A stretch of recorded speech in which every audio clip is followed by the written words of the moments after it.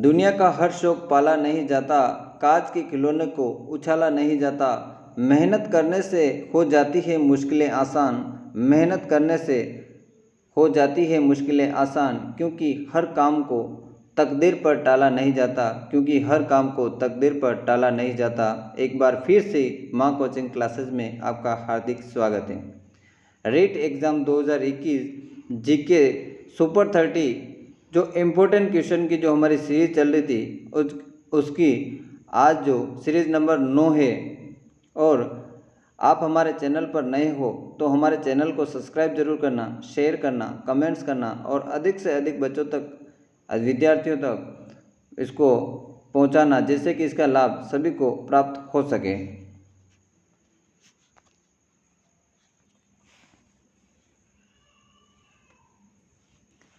तो आज का जो अपना पहला जो क्वेश्चन है, मैग्सेसे पुरस्कार प्राप्त करने वाले प्रथम राजस्थानी महिला कौन है? जानकी देवी बजाज, रतन शास्त्री, अरुणा राय और गिरिजा व्यास। तो आपका इसका जो सही आंसर है वो है 3 नंबर अरुणा राय। यानी जो श्रीमती अरुणा जो राय हैं उन्होंने सूचना का अधिकार, सूचना का अधिकार, यानी श्रीमती अरुणा राय ने सूचना के अधिकार को लागू करने के लिए एक आंदोलन शुरू किया था। और वो आंदोलन शुरू किया था 1995 के अंदर। कब शुरू किया था? 1995 के अंदर। और वह जो जगह थी वो था आपका ब्यावर। यानी अरुणा राय ने सूचना के अधिकार को लागू करने के लिए एक आंदोलन चलाया था 1995 के अंदर ब्यावर से। और ये 2005 में जाकर एक राष्ट्रीय स्तर पर सूचना का अधिकार, सूचना का अधिकार अधिनियम 2005 का निर्माण हुआ। तो ये आपको कंप्लीटली ध्यान रखना है। आगे का नेक्स्ट क्वेश्चन अपन पढ़ते हैं। निम्नलिखित में से कौन सा समूह राजस्थान की पर्वत चोटियों का उनकी ऊंचाइयों के अनुसार अवरोही क्रम में सही क्रम दर्शाया गया है? टोटगढ़, खो, बिलाली, रोजापाकर। खो, टोटगढ़, रोजापाकर, बिलाली, बिलाली, खो, टोटगढ़, रोजापाकर, रोजापाकर, बिलाली, टोटगढ़ और खो। तो इसका मैं आपको क्रम जो बताता हूँ, आपका इसका जो सही आंसर है वो है आपका फर्स्ट तो 1 नंबर। यानी टोटगढ़, अगर मैं उसकी ऊंचाई की बात करूँ तो 933 मीटर। टोटगढ़ की क्या है? 933 मीटर। दूसरी आपकी आती है खो की, अगर मैं बात करूं तो वो है 920 मीटर। उसके बाद में अगर बिलाली की बात करूं तो बिलाली की है आपको 775 यानी 775 मीटर। ये सब मीटर के अंदर है। और अगर भाकर की बात की जाए तो आपका आंसर आएगा 730 मीटर। तो अगर आरोही क्रम में बात की जाए तो ये फर्स्ट वाला आपका आंसर सही होगा। और अगर अवरोही की बात की जाएगी तो आपका सबसे पहले रोजापाकर, उसके बाद में बिलाली, बिलाली के बाद में खो, खो के बाद में टोटगढ़ आंसर आएगा। आगे का नेक्स्ट क्वेश्चन आप देखते हैं। राजस्थान राज्य के किस प्रशासनिक संभाग का अफवाह तंत्र अरब सागर व बंगाल की खाड़ी में मिलने वाली नदियों का अंश है? अजमेर, जोधपुर, कोटा, उदयपुर। तो आपका इसका तीसरे का जो सही आंसर है वो है 4 नंबर उदयपुर। अगर मैं उदयपुर की मैं बात करूं तो कुछ जो नदियां हैं जिसमें मैं बता दूं आपको, बनास, उसके बाद में आयड़, आयड़ के बाद में आती है आपकी गंभीरी आदि जो नदियां हैं वो ये जो नदियां गिरती हैं आपके बंगाल की खाड़ी। बनास, आयड़ और गंभीरी, ये जो तीनों जो नदियां होती है वो गिर रही है आपकी बंगाल की खाड़ी के अंदर। और इसके साथ ही अगर मैं पश्चिमी बनास की बात करूं, पश्चिमी बनास, उसके बाद में माही, उसके बाद में जाखम, जाखम के बाद में सोम, ये जो नदियां अरब सागर में गिरती है, ये आपको थोड़ा सा ध्यान रखना, अरब सागर में गिरती है। पश्चिमी बनास, माही, जाखम और सोम, ये सारी नदियाँ जो गिर रही है ये गिर रही है अरब सागर के अंदर। और उदयपुर संभाग की जो हैं बनास, आयड़, गंभीरी, ये आदि जो नदियाँ गिर रही है बंगाल की खाड़ी के अंदर। नेक्स्ट क्वेश्चन आपका आता है, शहरी निकायों और पंचायती राज्य संस्थाओं के लिए गठित राजस्थान राज्य वित्त आयोग संविधान के किस अनुच्छेद के अंतर्गत उल्लेखित है?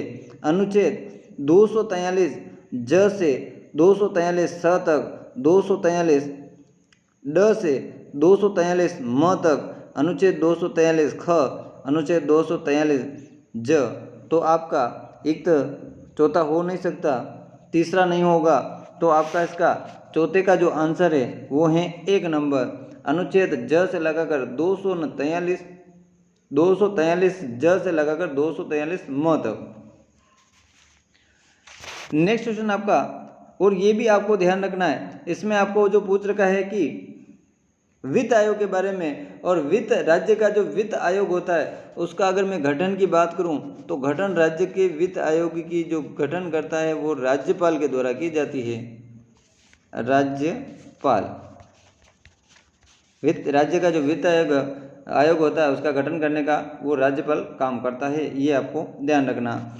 और उसके बाद में राज्य निर्वाचन आयुक्त की अगर नियुक्ति की बात करूं तो वो भी राज्य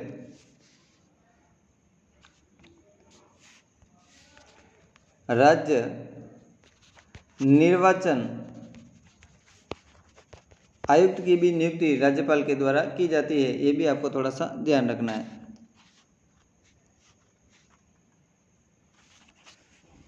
नेक्स्ट क्वेश्चन आपका आता है, पंचायती राज्य संस्थाओं के चुनाव लड़ने हेतु प्रत्याशी की न्यूनतम आयु कितनी होनी चाहिए? 18 वर्ष, 21 वर्ष, 25 वर्ष और 30 वर्ष। तो आपका इसका सही आंसर है, ये तो आपका सिंपल है, वो है 2 नंबर 21 वर्ष। 21 वर्ष उसकी क्या होनी चाहिए? आयु होनी चाहिए चुनाव लड़ने के लिए। और अगर मतदान करने के लिए अगर उम्र पूछी जाए आपको तो वो है आपका 18 वर्ष। नेक्स्ट क्वेश्चन आता है, राजस्थान उच्च न्यायालय के न्यायाधीश का पद किस तरह रिक्त हो सकता है? 62 वर्ष की आयु पूर्ण होने पर, या उससे पूर्व स्वैच्छिक रूप से त्याग पत्र देने पर, किसी जज का स्थानांतरण अन्य हाईकोर्ट में करने पर, या उन्हें सुप्रीम कोर्ट का जज नियुक्त करने पर, संसद द्वारा पारित महाअभियोग के आधार पर, राष्ट्रपति द्वारा हटाने पर, और चौथा आपका है उक्त सभी स्थितियों में। तो आपका इसका जो सही आंसर है वो है 4 नंबर, उक्त सभी स्थितियों के अंदर आपका जो राजस्थान उच्च न्यायालय का जो न्यायाधीश होता है उसका पद रिक्त हो सकता है। और ये उच्च न्यायालय के जो न्यायाधीश का पद रिक्त होने का जो प्रावधान बता रखा है वो संविधान के अनुच्छेद 217 के अंदर बता रखा है, ये भी आपको ध्यान रखना है। आपका नेक्स्ट क्वेश्चन आता है, राजस्थान की 15वीं राज्य विधानसभा के अध्यक्ष कौन है? श्री बी.डी. कल्ला, श्री कैलाश मेघवाल, श्री सी.पी. जोशी, श्री राजेंद्र सिंह राठौड़। तो 7वें का आपका सही आंसर है वो हैं 3 नंबर, वो हैं सी.पी. जोशी। इसके बारे में मैं आपको बता दूं, जो 15वीं विधानसभा हुई थी, 15वीं विधानसभा का जो गठन हुआ था, 15वीं विधानसभा का जो गठन हुआ था वो हुआ था 16 जनवरी 2019 को। कब हुआ था? 16 जनवरी 2019 को 15वीं विधानसभा का गठन हुआ था।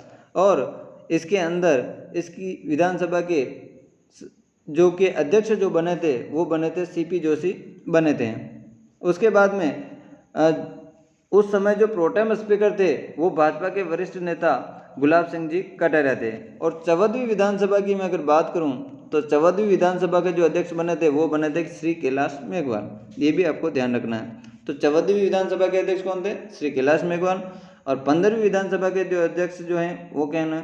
श्री सी.पी. जोशी, जो नाथद्वारा विधानसभा सीट से निर्वाचित है, ये भी आपको ध्यान रखना है। नेक्स्ट क्वेश्चन आपका आता है, राज्य का मुख्य सचिव कार्य करता है कैबिनेट सचिव के रूप में, मुख्यमंत्री के मुख्य सलाहकार के रूप में, सचिवों के मुखिया के रूप में, सिविल सेवा के प्रधान के रूप में, राज्य के प्रधान के रूप में। A B C D, A B D E, B D E और बी सी डी ई। तो आपका इसका जो 8वें का जो सही आंसर है वो है 1 number A B C D.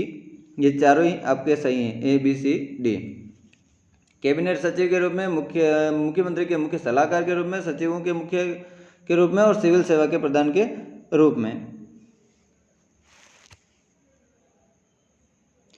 एक आपको मैं इसी क्वेश्चन के बारे में बात करूं तो राज्य का संवैधानिक जो प्रधान माना जाता है, संवैधानिक प्रधान जो माना जाता है राज्य का,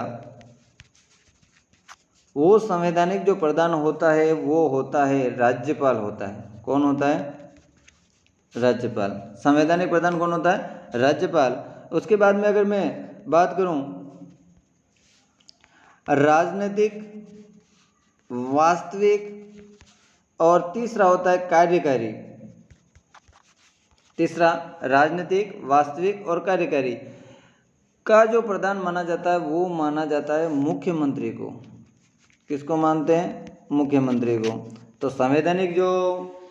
संवैधानिक प्रधान जो माना जाता है राज्य का वो होता है राज्यपाल। राजनीतिक, वास्तविक और कार्यकारी जो प्रधान माना जाता है वो कौन होता है? मुख्यमंत्री होता है। ये भी आपको ध्यान रखना है।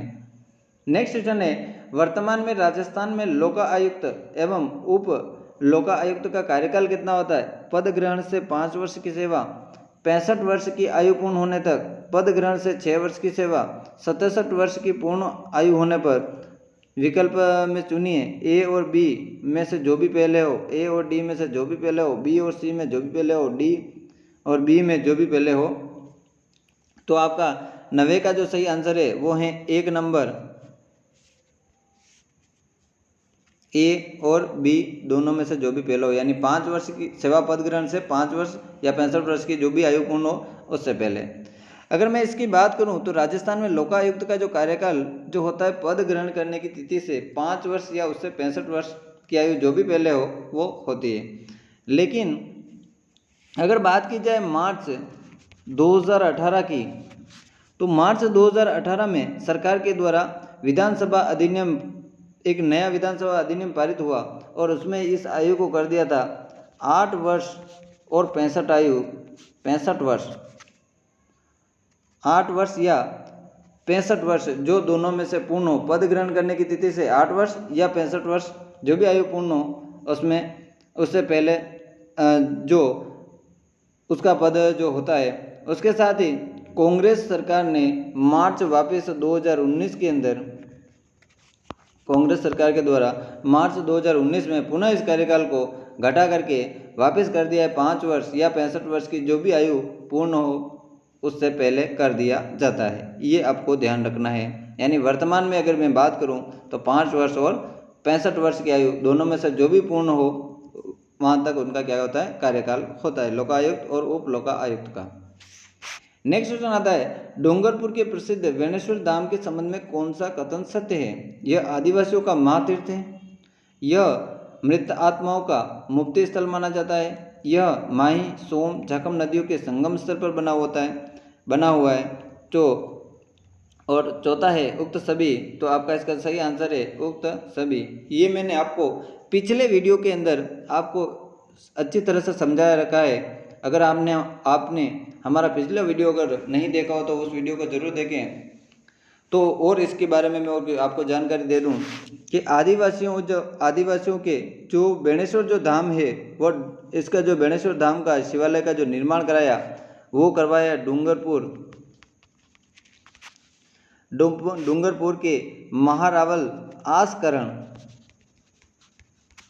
डूंगरपुर के जो महारावल थे आसकरण के द्वारा करवाया था। और संत मावजी महाराज जो हैं वो इसी मतलब धाम से संबंध रखते थे। और इसके साथ ही यहाँ पर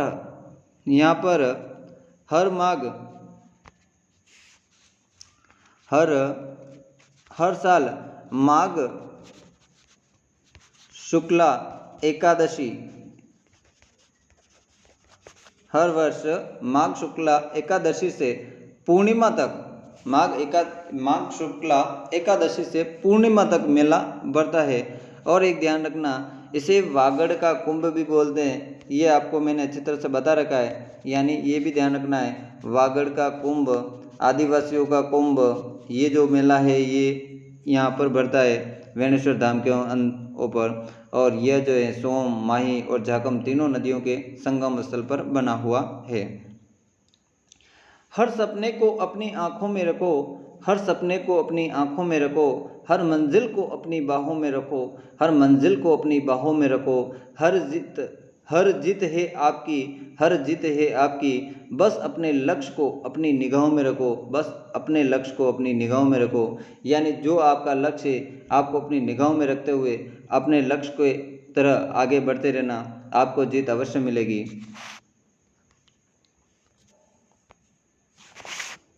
आपका जो नेक्स्ट क्वेश्चन है, केवला देवी यानी करौली के संदर्भ में कौन सा कथन असद है? केवला देवी करौली के चौहान राजवंश की कुल देवी थी। यह मंदिर कालीसील नदी के किनारे पर स्थित है। यहाँ पर चैत्र शुक्ला प्रथम से एकादशी यानी विशेष अष्टमी को प्रसिद्ध मेला भरता है। केवला देवी की भक्ति में लोक देवता जो हैं लांगुरिया के गीत गाए जाते हैं। तो आपका 11वें का जो सही आंसर है वो है 1 नंबर, असत्य कथन के बारे में बता रखा है। यानी ये राजवंश जो है चौहान राजवंश की कुल देवी है, ये बात गलत है। ये चौहान वंश की कुल देवी नहीं होके ये यादव वंश कौन से थे? यादव वंश, जिनको यदु वंश भी बोलते हैं, उनकी कुल देवी मानी जाती है। यानी केवला देवी जो है वह चौहान वंश की नहीं होके यादव वंश या यादव वंश की कुल देवी मानी जाती है। और यहाँ पर एक जो मेला भरता है उसका जो नाम है लक्खी मेला। लक्खी मेला हर साल यहाँ पर बढ़ता है और यह जो है कालीसील नदी के किनारे पर स्थित है। और जो मेला जो बढ़ता है हर साल ये बढ़ता है चैत्र शुक्ला प्रथम से एकादशी तक बढ़ता है। और यहाँ पर लांगुरिया गीत भी गाए जाते हैं इस मेले के अंदर। नेक्स्ट क्वेश्चन आपका आता है, प्रसिद्ध इतिहासकार फर्ग्यूसन ने किन महलों को राजस्थान के विंडरसल महलों की संज्ञा दी है? राजस्थान के विंडरसल महल है सिटी पैलेस का जयपुर, रणथंभौर सवाई माधोपुर, सिटी पैलेस का उदयपुर, चित्तौड़गढ़ के महल। तो आपका इसका जो सही आंसर है वो है 3 नंबर, सिटी पैलेस का उदयपुर महल।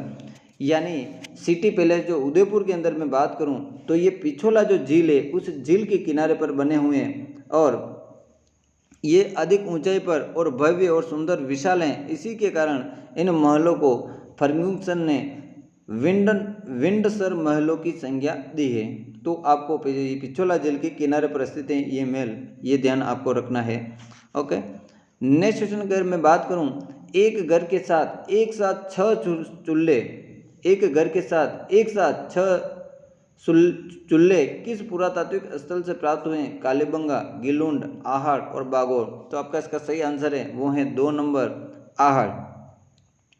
आहड़ जो सभ्यता है वो उदयपुर की सभ्यता, उदयपुर में सभ्यता मानी जाती है और ताम्रयुगी सभ्यता यानी ताम्रयुगीन सभ्यता स्थल माना जाता है। यहाँ पर एक घर के अंदर 6 चूल्हे जो हैं एक साथ मिले हुए हैं।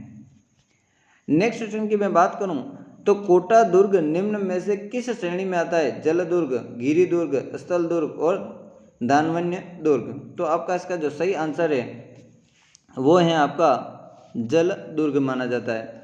और अगर मैं कोटा दुर्ग जो थे उस कोटा दुर्ग की मैं बात करूं तो बूंदी के हाड़ा शासक जो थे,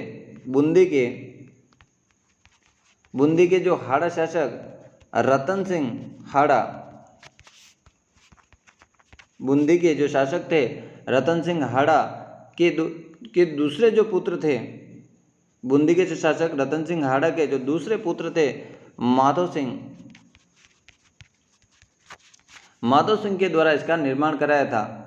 और यह चंबल नदी के किनारे स्थित होने के कारण यह एक जल दुर्ग है, ये आपको ध्यान रखना है। तो जो कोटा का जो दुर्ग है उस दुर्ग का निर्माण किसने कराया था? रतन सिंह के, बूंदी के जो शासक थे रतन सिंह हाड़ा, उसके जो दूसरे पुत्र थे माधो सिंह ने इसका निर्माण कराया।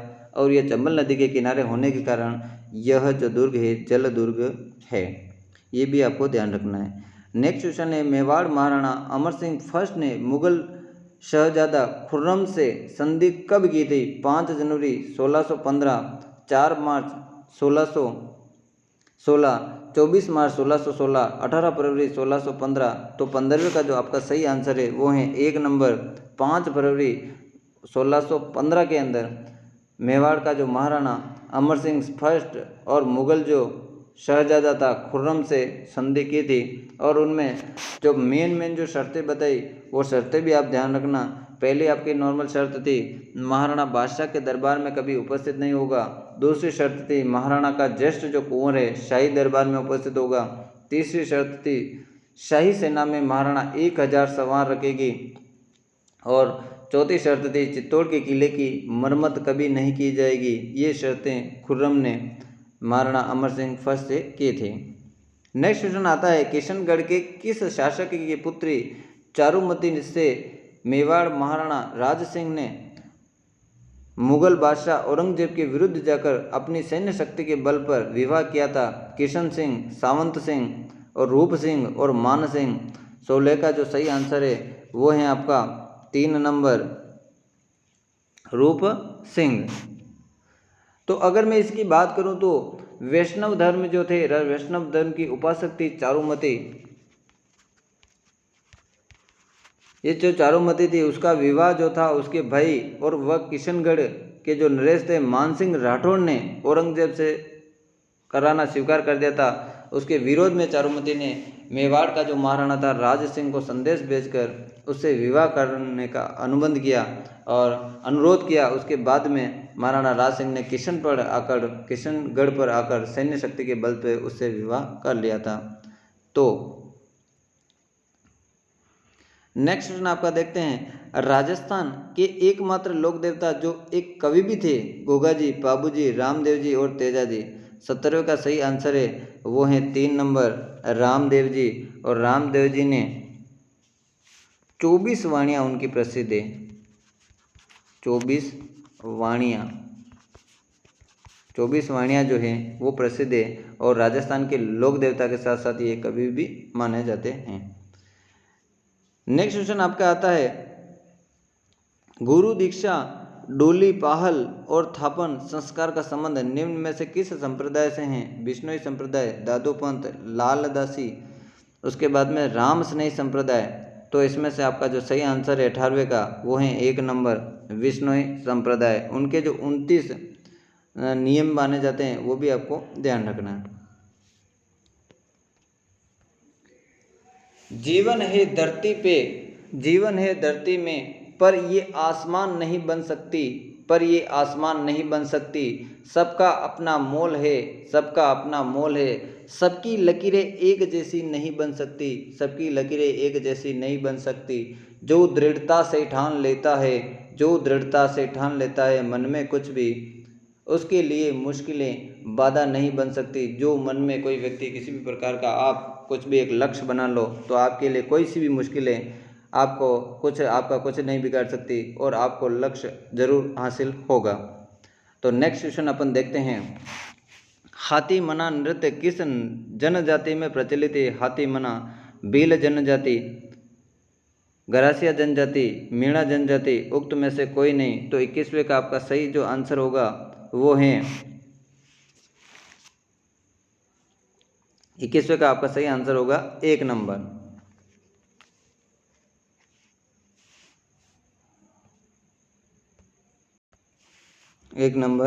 वो है भील जनजाति। हमारे 2 पीछे क्वेश्चन जो रह गए हैं उन क्वेश्चन को एक बार वापस देखते हैं। और वो क्वेश्चन ये 2 रह गए थे, अब इनको देख लेते हैं। चलो 2 क्वेश्चन रह गए थे आपका। कोड़ामार जो होली है का प्रचलन राजस्थान के किस जिले में है? यानी कोड़ामार की जो होली खेली जाती है वो कहाँ खेली जाती है? आपका 19वें का जो आंसर है वो है 4 नंबर कोड़ामार होली जो है सीकर, एक बार देखते हैं। कोड़ामार जो होली है सीकर, कोटा, अलवर, अजमेर, यानी अजमेर के अंदर ये कोड़ामार जो होली है वो खेली जाती है, ये आपको ध्यान रखना। और ये 400 वर्ष एक पुरानी परंपरा है। निम्न में से कौन सा असंगत है? सवाई भोज मेला, आसिंद भिलवाड़ा, देवजुलनी मेला जो है चारभुजा, राजसमंद, सावलिया जी का जो मेला है मंडपिया चित्तौड़गढ़, और बसंती पशु मेला जो है डींग भरतपुर। तो इसमें आपको असंगत बताना है। तो 20वें का आपका सही आंसर है वो है 4 नंबर बसंती पशु मेला जो है डींग भरतपुर, बसंती पशु मेला जो है डींग भरतपुर में नहीं है, और यह है रूपवास में, रूपवास भरतपुर के अंदर है। सवाई भोज का मेला आसिंद भिलवाड़ा सही है। देवजुलनी का जो मेला चारभुजा में राजसमंद में पड़ता है ये भी सही है। सावली जी का जो मेला जो पड़ता है मंडपिया चित्तौड़गढ़ ये भी सही है। और जो बसंत पशु मेला जो है रूपवास भरतपुर के अंदर पड़ता है, ये आपको ध्यान रखना है। अब अपन पीछे वाले आगे के जो क्वेश्चन है वो पढ़ते हैं। 22वां क्वेश्चन देखो, किस ग्रंथ की जो रचना है मेवाड़ महाराणा कुंभा ने नहीं की थी? रसिक प्रिया, संगीत मीमांसा, संगीत राज और संगीत शास्त्र। तो 22वें का आपका जो सही आंसर है वो है 4 नंबर, संगीत शास्त्र की रचना उन्होंने नहीं की थी। संगीत शास्त्र की जो रचना है पंडित विष्णु नारायण बांध खंडे के द्वारा की गई थी, ये आपको ध्यान रखना है। नेक्स्ट क्वेश्चन आपका आता है, उत्तरी मेवाड़ के भीलों में के किस प्रसिद्ध लोक गीत को स्त्री पुरुष साथ मिलकर गाते हैं? सुवटिया, पीपली, सुपना, हम सीड़ो। तो 23वें का जो आपका सही आंसर है वो है 4 नंबर, हम सीड़ो। 24वें का जो 24वां प्रश्न देखो न, कवि सूर्यमल मिश्रण की रचनाएं किस भाषा में? हाड़ौती, ढूंढानी, मेवाड़ी और मारवाड़ी। 24वें का आपका सही आंसर है वो है 1 नंबर, हाड़ौती के अंदर। यानी सूर्यमल जो मिश्रण है उनके जो ग्रंथ हैं उसमें एक आपका आता है वंश भास्कर, वंश भास्कर। दूसरा आपके जो आता है छंद मयूख, वंश भास्कर, छंद मयूख,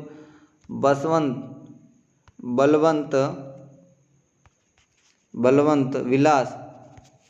उसके बाद में आता है, ये इंपॉर्टेंट है, वीर सतसई, ये इंपॉर्टेंट है, ध्यान रखना, वीर सतसई। और उसके बाद में आता है उमेश सिंह चरित्र और बुद्ध सिंह चरित्र, ये भी आपको ध्यान रखना है। तो मेन आपका इसमें एक ये ध्यान रखना, वंश भास्कर, सूर्यमल मिश्रण। दूसरा आपका रहा वीर सतसई, सूर्यमल मिश्रण, ये, और छंद मयूख, और एक आपका है बलवंत विलास। तो ये भी आपको ध्यान रखने हैं। आपका जो नेक्स्ट क्वेश्चन है, आमेर शैली का प्रारंभिक चित्रित ग्रंथ है रसिक प्रिया, कृष्ण रुक्मणी वेली, रज्जनामा और आदि पुराण। तो 25वें का आपका सही आंसर है वो है आपका 4 नंबर, आदि पुराण। नेक्स्ट क्वेश्चन है, बतकाड़े क्या होते हैं? राजस्थानी भाषा में बातों का संग्रह, प्रिंटिंग कार्य में प्रयुक्त एक औजार, हाथ की छपाई में प्रयुक्त लकड़ी के ठप्पे, रेगिस्तान में पाई जाने वाली एक झाड़ी। तो आपका इसका सही आंसर है वो है 3 नंबर, हाथ की छपाई में प्रयुक्त लकड़ी के ठप्पे। नेक्स्ट क्वेश्चन आता है, बिजोलिया किसान आंदोलन के ऊपर माल का डंका क्या था? सभी किसानों को आंदोलन में भाग लेने के लिए आने हेतु गांव-गांव बजाया जाने वाला ढोल, प्रत्येक गांव में गठित किसान समिति द्वारा आंदोलन प्रारंभ करने की जाने वाली घोषणा।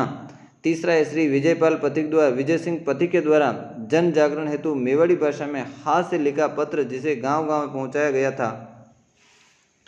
और चौथा जो है, श्री विजय सिंह पथिक के द्वारा हर माह आंदोलन प्रारंभ करने से पूर्व की जाने वाली घोषणा। तो आपका इसका सही आंसर है वो है 3 नंबर, यानी विजय सिंह पथिक के द्वारा जन जागरण हेतु मेवाड़ी भाषा में हाथ से लिखकर पत्र जिसे गांव-गांव तक पहुंचाया गया था। नेक्स्ट क्वेश्चन है, जयपुर प्रजामंडल का पुनर्गठन किया गया था 1932, 1936, 1937, 1938। तो आपका 28वें का सही जो आंसर है वो है 2 नंबर, 1936।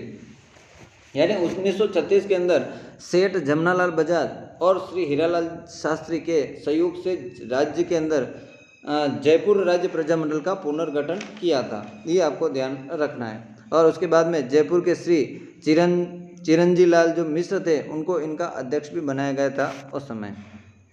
नेक्स्ट क्वेश्चन आपका आता है, कोटा रियासत में प्रजामंडल की स्थापना कब हुई? 1936, 1937, 1938 और 1940। तो आप इसका सही आंसर है वो है 3 नंबर, 1938 के अंदर। यानी कोटा रियासत में पहली बार 1934 में हाड़ौती प्रजामंडल की स्थापना जो की गई थी पंडित नैनूराम शर्मा और प्रभुलाल विजय के द्वारा की गई थी। और 1938 में पुनः वापस नैनूराम शर्मा और अभिन्न हरि और तन सुखलाल मित्तल के प्रयासों से इसका पुनर्गठन किया गया था, ये आपको ध्यान रखना है। नेक्स्ट क्वेश्चन आपका आता है, 30 मार्च 1949 को संयुक्त राजस्थान में 4 बड़ी रियासतों के विलयकरण के बाद में वृहद राजस्थान का गठन हुआ। और ये रियासतें जो तो कौन कौन सी थी? जयपुर, उदयपुर, बीकानेर, जोधपुर, कोटा, बीकानेर, जयपुर, बीकानेर, जैसलमेर, उदयपुर, जोधपुर, बीकानेर, जयपुर और जैसलमेर। तो आपका इसका सही आंसर है वो है 4 नंबर, जोधपुर, बीकानेर, जयपुर एवं जैसलमेर। और 30 मार्च 1949 को राजस्थान का जो वृहद गठन हुआ था, इसी के कारण इस समय 30 मार्च को, ये भी आपको ध्यान रखना है, 30 मार्च को राजस्थान दिवस के रूप में मनाया जाता है। ओके, तो राजस्थान दिवस के रूप में भी मनाया जाता है, ये भी आपको ध्यान रखना है। जो हो गया उसे सोचा नहीं करते, जो हो गया उसे सोचा नहीं करते, जो मिल गया उसे खोया नहीं करते, जो मिल गया उसे खोया नहीं करते। सफलता भी उन्हीं को हासिल होती है, सफलता भी उन्हीं को हासिल होती है जो वक्त और हालात पर रोया नहीं करते, जो वक्त और हालात पर रोया नहीं करते। तो आज का ये जो हमारा सेशन है आपके लिए अगर महत्वपूर्ण हो और आपको अगर सही लगा हो तो आप कमेंट्स करके ज़रूर बताना, और हमारे चैनल पर नए हो तो हमारे चैनल को सब्सक्राइब ज़रूर करना। ओके, धन्यवाद। आगे के सेशन में हम फिर से आपसे मुलाकात करेंगे। Okay, bye.